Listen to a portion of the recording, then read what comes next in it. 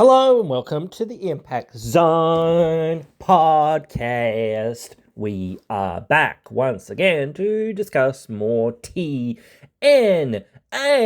wrestling shenanigans. And today I want to address something that I've kind of seen in my comments section of some of my videos, which is people asking why I don't do or produce wrestler interviews here on the channel.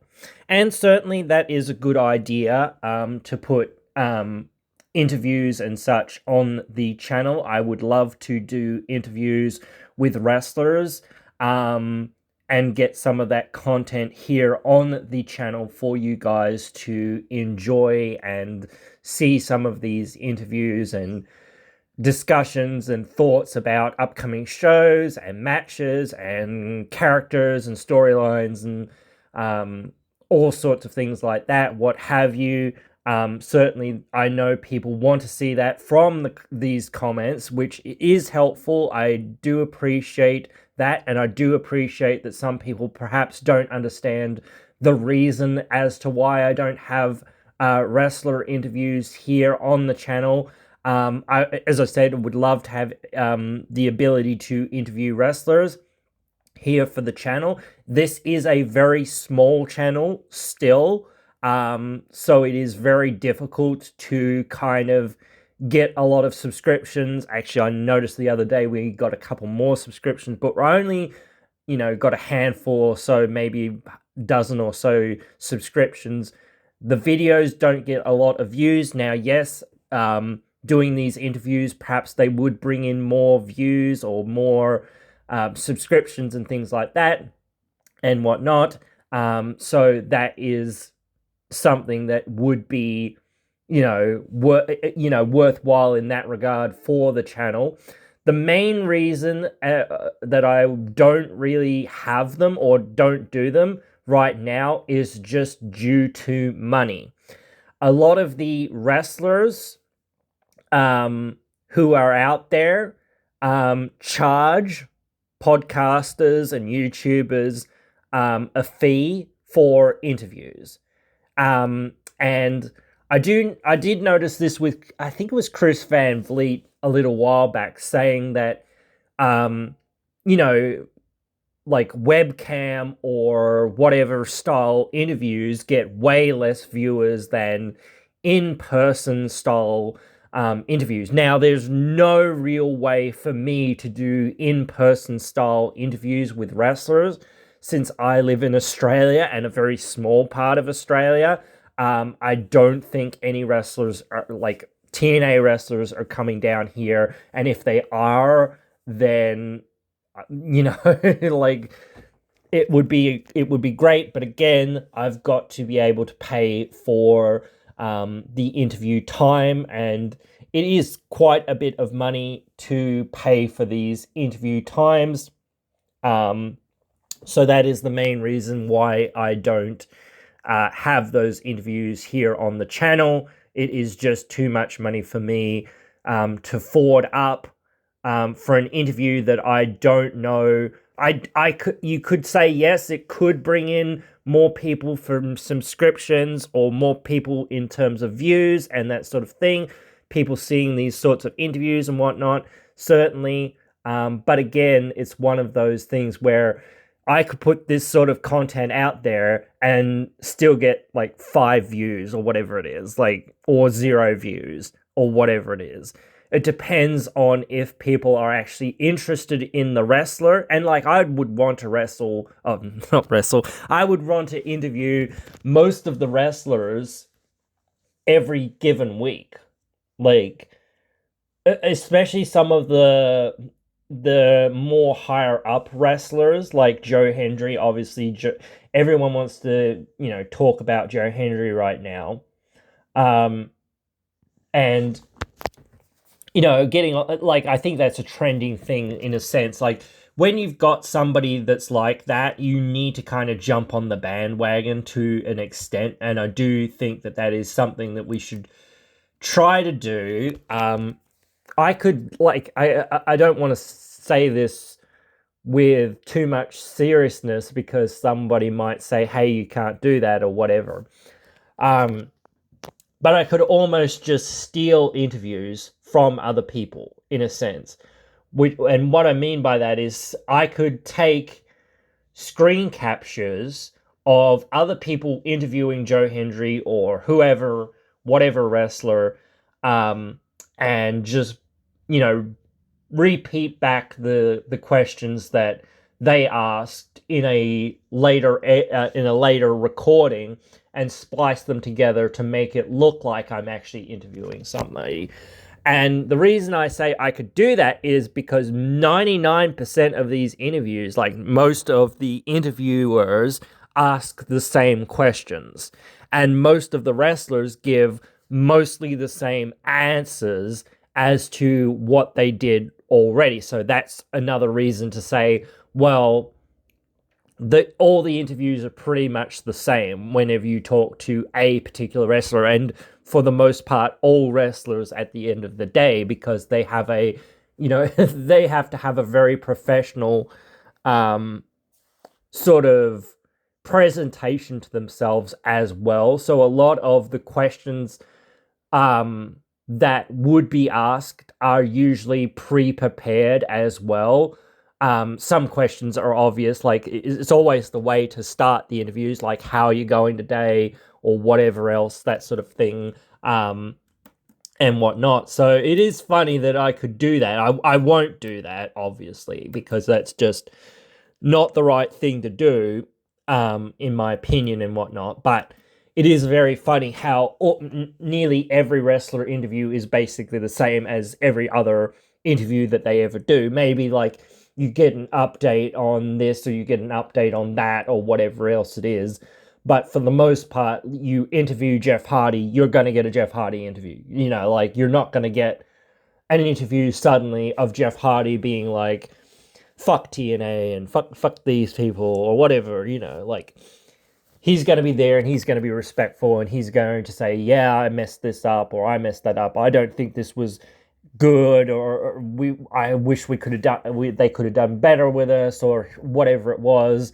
You know I messed up or whatever it was, you know, like it's going to flow a certain way.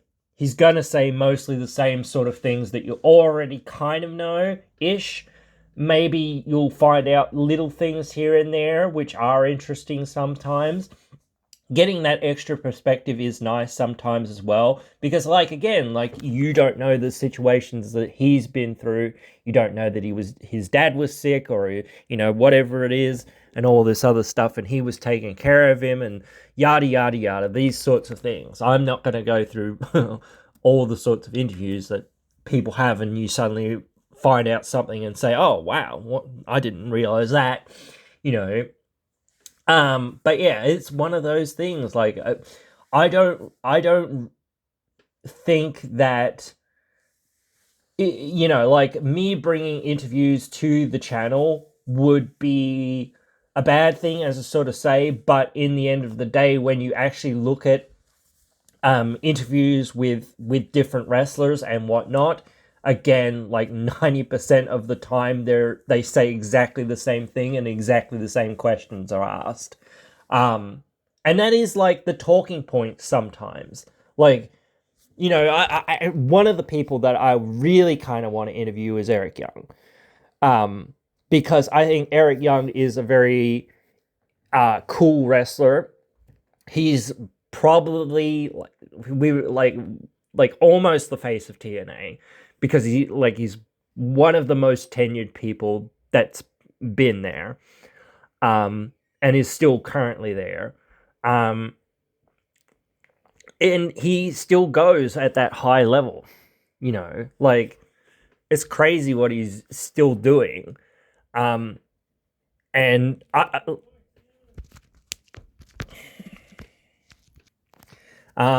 so like we could take an interview with him. But then again, it's crazy. I can't remember who interviewed him a while back, but it would have changed a little bit by saying, now you're on this path with the Northern Armory and whatnot. and perhaps that's not the right thing to sort of do, because it's like, well, you're trying to keep kayfabe to some degree, like, so it's like, am I going to interview a heel wrestler and break their kayfabe? It's like, I don't know about that. It's sort of, I don't know. I know people know it's all fake or whatever, and whatnot. So, and I know these interviews kind of happen outside of that space, and and people expect that, hey, you're going to hear some real stuff, not just them in character. You might get to see somewhat where the character kind of comes from the real person. Like, but at the end of the day, this is the real person, not just the gimmick or whatever. But yeah, it is one of those things that I do consider as well, that perhaps I don't need to consider to some extent, because whether or not people care enough to say, because obviously these style interviews have been done before. Like, you get AJ Francis and a few of these other people that are working, a certain role or whatever on TV, and then when you get them onto a interview or a podcast or something like that, they do, sort of go, well, maybe put in some of that heel stuff, but it's like they'll pull back a lot of it to be like, nah, this is real, and we're buddies or whatever else it is, and to an extent. But like, for me, it is saying, hey, well, in this race, in a sense, between me and him, of getting to the title, the world title, hey, I still want to get there. He's beaten me to that race, effectively, like Joe Hendry. But hey, I'm still looking for my own success, my own accolades, blah, blah, blah, this sort of thing. There is that friendly rivalry of some description, because everyone wants to kind of get to the top. Everyone wants to kind of prove their haters wrong and whatnot. And that sort of thing and whatnot, or whatever, and that's what we talk about here a lot, is like, we're out there trying to discuss TNA wrestling as much as what we can, because we're trying to get that perspective out there that, yes, there are problems in the company. Of course there's problems in the company. I don't think any wrestling company doesn't have a single problem. I think the problems might be small, but they, like, even WWE has its problems, especially when it's NXT brand, and whatnot, and it just being a feeder system to the main roster, and it's sort of being a skeleton crew for quite a while. And like, one of the things about their roster is that you have a lot of people, like, again, this happens everywhere, but you have a lot of people that are very talented, but yet are, sort of subjugated to being in that jobber to the stars role, because somebody else is, the main attraction. You bring in Braun Breaker, or whatever it is, whoever it is. Braun Breaker can't just go up against Goldberg, or whoever it is, like, or Gunther, or Roman Reigns, or whatever it is. Yes, eventually he can, but he can't, or, well, if he can, then he's not going to win. It's not like you can do that straight away. You've got to say, okay, we're going to sit here for 6 months, a year, or whatever else it is, and then we're going to build you up, build you up, build you up, build you higher, and you're going to overtake this person or overtake that person along the way.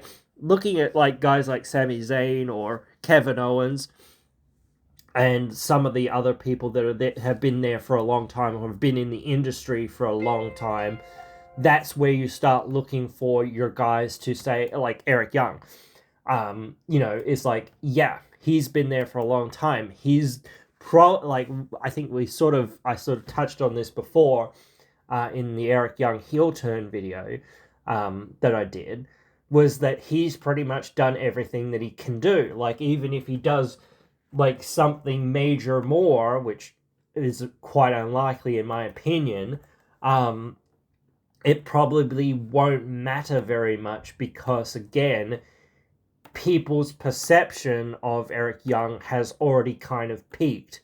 They already know how good or how bad or how successful kind of he was, in a sense. They've already got all the memories that they kind of want of him, in some sense. Like, you know, him winning the title now, or him doing something amazing now, yeah, maybe that's cool and maybe people will remember it. But, you know, that will be in hindsight, in a sense, like, again, kind of thing. Like, they will think that perhaps that was like 10 years or even 20 years before what it actually happened as was, kind of thing. Like, they have this idea that these people, whoever it was, like Bobby Roode or whoever it was, you know, perhaps they you know, watch it and then they find out, oh yeah, this happened like 10 years after, you know, the time that he was super hot or whatever it was. When I was watching him in like, or whatever it was, maybe it was 2 years after I was watching him in like 07, 08, 09 or 05 or whatever it was, you know, 4 years later, 5 years later, whatever it was, he was finally the champion. You know, it was like, oh, okay, I thought he became champion like roughly when I was watching it or whatever it was, like in that period, you know, because that was like seemingly his best period or whatever it was. That was when he was at his peak, like same with Eric Young. They obviously won the title when they were in their peak or in their prime or whatever it is. You know, not to say that they can't win a title later, but to saying that it doesn't make sense to the brain in some sense. You know, of saying, oh yes, you know, they won it, you know, decades and decades later or whatever it was, you know, after, you know, they were kind of at their peak, or after, you know, TNA was kind of at its peak or whatever, you know, was.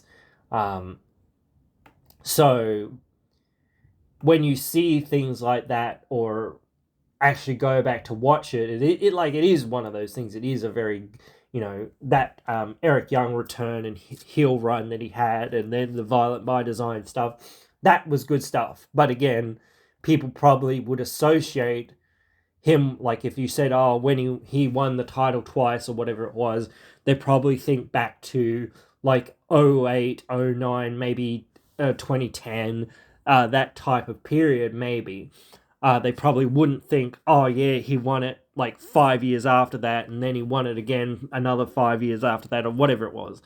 You know, just because it's not like thought of for them to be like winning it at that point. It's like, oh, okay, you know, you would think like somebody else has come along and won the title, whereas like Josh Alexander, like obviously his run, his success has been in the last couple of years.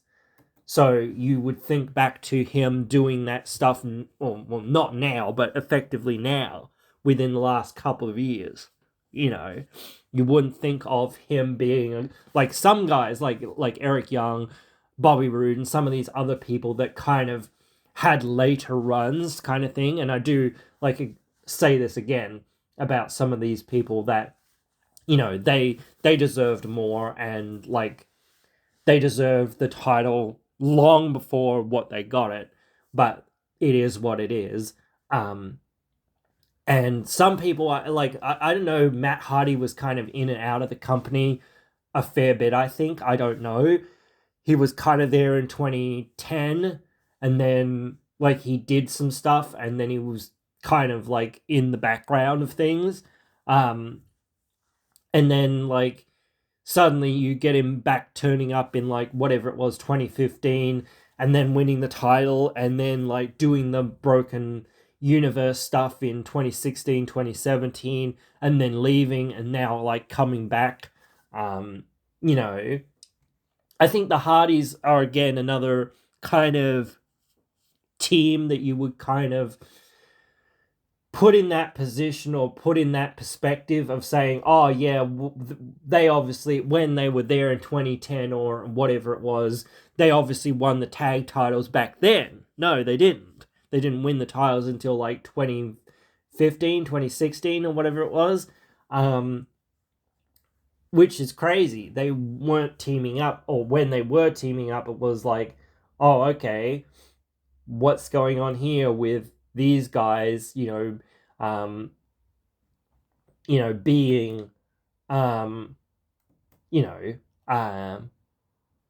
so, like getting the title so much later. That's just one of those things. Like they were doing something else, then they were doing something else, and then they decided, hey, what's pretty good?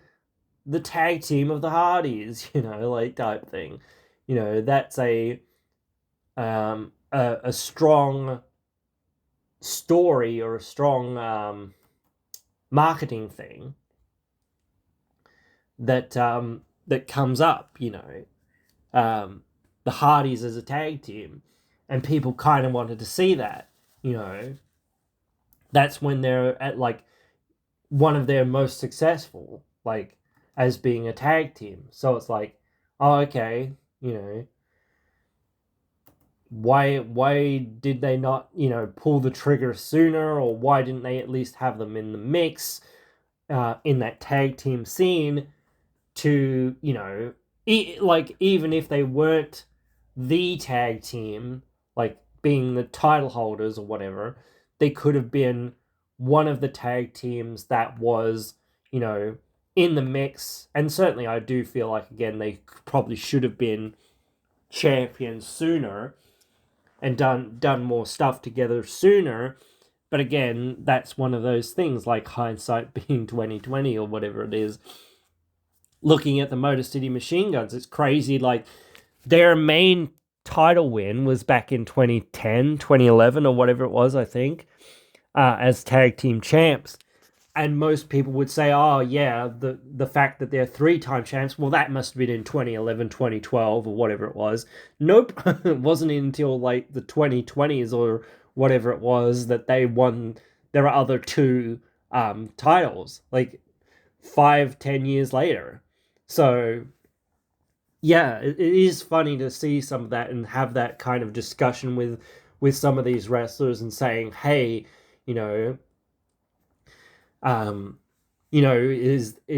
like people are gonna think like back to 2010 or 2009 or whatever it was, or maybe 2011, 2012, like that's when this happened, not, whatever it was, like several years later,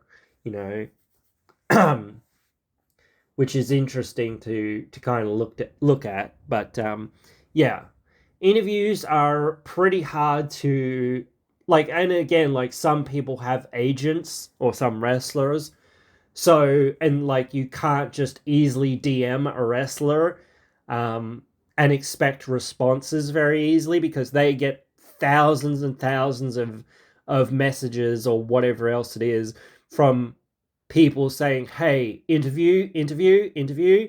And I've messaged people here and there about different things, like trying to do things about TNA, trying to, like, other podcasters or other YouTubers or whatever else it is that are out there, and trying to get more like collaborative content going on. So it's just as hard or whatever to do that with somebody, like this. It's like you message them, you might not even hear back from them because, either Twitter or whatever it is deems your message to be spam or something else or whatever else it is, or they just don't see it, or they're like, where's the money type thing, like, again, that's probably the biggest issue. But again, like, even if you've got them to say, oh yes, what time can we do this? Especially for me who lives in Australia, it's like, when is not stupid o'clock for either of us to call each other, to talk to each other for a, quick 30-minute interview or whatever it is. So yeah, it's not just as easy as saying, I'm going to do an interview and here's the interview and then edit it and put it up. Even that's pretty complicated. Really, because you've got two people on camera, effectively, me and the wrestler. If it was a tag team or something else, I don't know, then you might have three people on camera. Me and the tag team, each of the people in the tag team. And then you've got to be, able to sort out a time that works for everyone. Again, even if you're on US time, that can still be pretty darn difficult because most people are in the US. But again, yeah, it can be really difficult even then just to set up a time that suits everyone because everyone's doing whatever they're doing. So finding the time to get in there and say, yeah, let's have this discussion, let's have this interview, 30 minutes or whatever it is. And then life happens, especially for people who have kids or whatever else it is. Suddenly the kid's broken something in the background or whatever else it is, or chipped a tooth or broken a bone, or suddenly they want the milk or whatever it is, or something else. You've got to be, saying, how you're going to do these things and how you're going to deal with these things, and there's an interruption or something else, whatnot or whatever else it is. So yeah, it's one of those things. It's not just as easy as finding these interviews, if you can find them, and then putting them up online for people to see. So, but I would like to do them. I don't have Patreon or anything, or I did have Patreon for my other channels, but yeah, if you want to go and put some money towards me to help me do this, I wouldn't say no, obviously.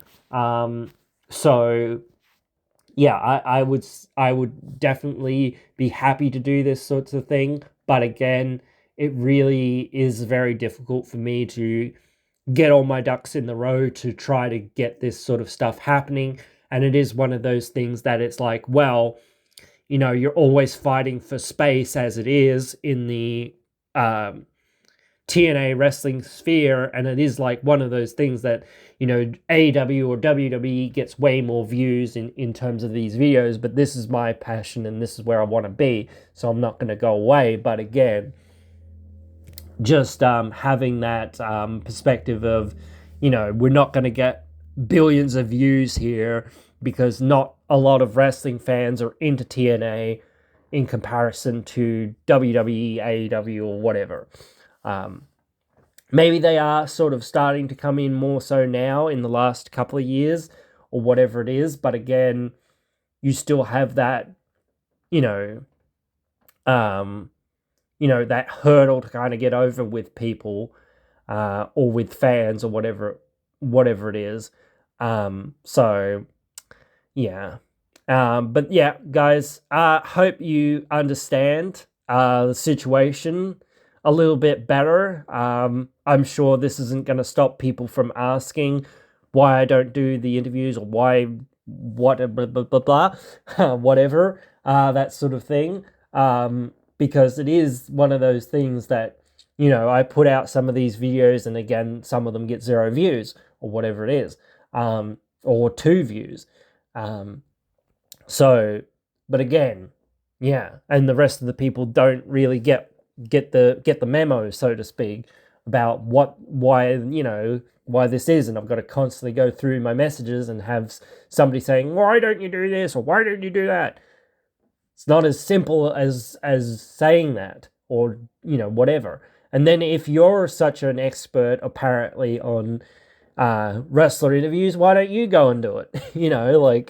So, but yeah, it is what it is, guys. Thank you so much for listening, watching, whatever you're doing.